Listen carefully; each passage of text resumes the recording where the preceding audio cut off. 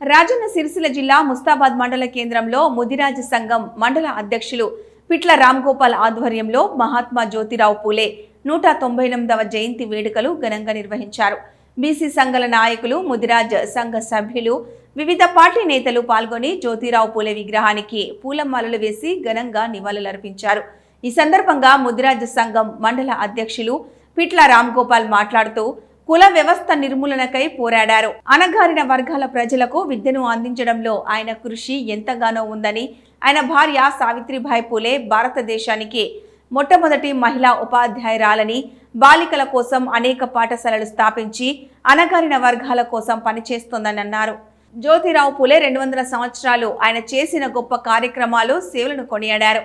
ఈ సందర్భంగా స్వీట్లు పంపిణీ చేశారు. ఈ కార్యక్రమంలో ముదిరాజు మండల అధ్యక్షులు పిట్ల రామ్గోపాల్, విఠల్, భిక్షపతి, పుల్లూరి రవి, గజ్జల రాజు, నల్లబాబు, శీలం స్వామి, మనోహర్, కోడ శ్రీనివాస్, జ్వాల, భిక్షపతి, ముదిరాజ్ నాయకులు, వివిధ పార్టీ నేతలు తదితరులు పాల్గొన్నారు.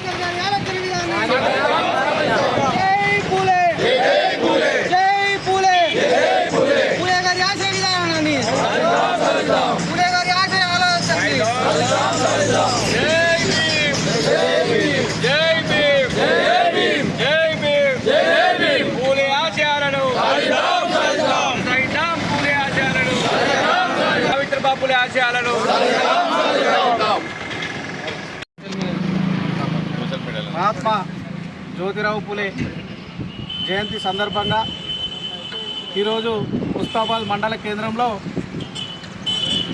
ఇట్లా రామ్గోపాల్ సార్ గారి ఆధ్వర్యంలో మరి ఈ కార్యక్రమం జ్యోతిరావు పూలే, సావిత్రిబాయి పూలే గారి కలలు కన్న స్వరాజ్యం రావాలంటే మరి ఆశయాలను కొనసాగిస్తూ పొద్దున లేవగానే వారిని స్మరించుకుంటూ వారి తోవలో నడిచినట్టయితే మనం అందరం కూడా ఈరోజు రాజకీయంగా కానీ ఏ విధమైన సభ నేడు మహాత్మా జ్యోతిరావు పూలే యొక్క 198వ జయంతి 1827 సంవత్సరంలో జన్మించి పూణేలో జన్మించి ఈరోజు ఇప్పటి వరకు 198 సంవత్సరాలు పూర్తి చేసుకున్నటువంటి మహానుభావుడు మహాత్మా జ్యోతిరావు పూలే.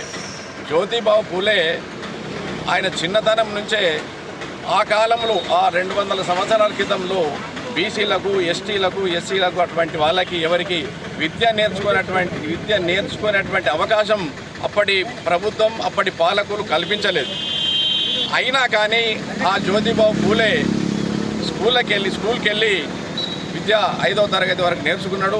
తర్వాత కూడా ఆయనకు ఒక మంచి స్నేహితుడు, బ్రాహ్మణ అటువంటి స్నేహితుడు దొరికితే ఆ స్నేహితుని కంటే, బ్రాహ్మణుల కంటే అధిక విద్యాభ్యాసం నేర్చుకొని వాళ్ళకి ఆదర్శంగా నిలిచినటువంటి మహానుభావుడు. తర్వాత కూడా ఆయన విద్యను ఈ బీసీలు, ఎస్టీలు చదువుకోవద్దని ఆయన స్కూల్ నుంచి బంద్ చేసి మాన్పిస్తే అప్పుడు కూడా ఆయన బయట ఉండి రోడ్ల మీద పడిపోయిన కాగితాలను ఏరుకొని చదువుకున్నటువంటి మహానుభావుడు. ఆయన 12వ ఏటనే వాళ్ళ తల్లిదండ్రులు పెళ్లి చేసినారు.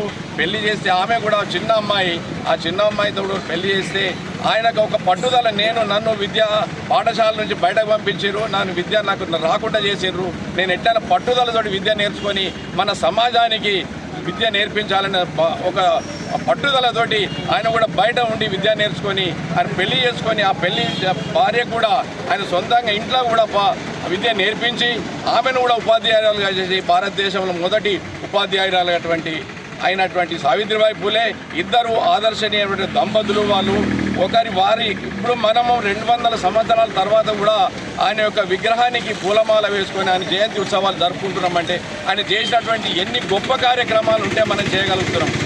ఆయన ఆదర్శంగా మనం అందరం కూడా బీసీలం కానీ ఎస్సీ ఎస్టీ అందరం కూడా ఆయన ఆదర్శంగా తీసుకొని మనం కూడా మనమంతు కూడా సామాజిక కార్యక్రమాల్లో పాల్గొని మనమందు కూడా ముందుండి చేయవలసిందిగా అందరికి విజ్ఞప్తి చేస్తున్నాం. చాలామంది మా భక్తులు మాట్లాడతారు. ఇంకొక ముఖ్య విషయం ఏంటంటే ఈ ముస్తాబాద్ గ్రామంలో ఇంత పెద్ద మండల కేంద్రంలో ఈ విగ్రహం సరైన స్థానంలో లేదు. కాబట్టి అందరూ ఒక ముదిరాజు అనే కాకుండా బీసీ ఎస్టీ అందరూ కూడా ఈ విగ్రహాన్ని కూడా కాల్సే విగ్రహం పెట్టుకోవడానికి అందరూ మంది కృషి చేసి కూడా ఇదే స్థానంలో జ్యోతిబాబు పూలే సావిత్రిబాబు పూలే విగ్రహాలను కూడా కాంస్య విగ్రహాలు పెట్టుకోవడానికి కూడా అందరం సహకరించాలని అందరం కూడా కృషి పట్టుదలతోటి మళ్ళీ జయంతి వరకు కూడా ఆ విగ్రహాలు ఏర్పాటు చేసుకోవడానికి కూడా అందరూ కృషి చేయవలసిందిగా అన్ని వర్గాల వారిని కూడా నేను విజ్ఞప్తి చేస్తున్నాను. కాబట్టి ఈ సంవత్సరం నుంచి అందరం కూడా ముందుకెళ్ళి ప్రతి బీసీలలో అన్ని వర్గాలు కూడా ఈ కాంస్య విగ్రహాలు కూడా ప్రయత్నం చేస్తున్నాం. మరొకసారి ముస్తాబాద్ ప్రజలందరూ కూడా విజ్ఞప్తి చేస్తున్నారు.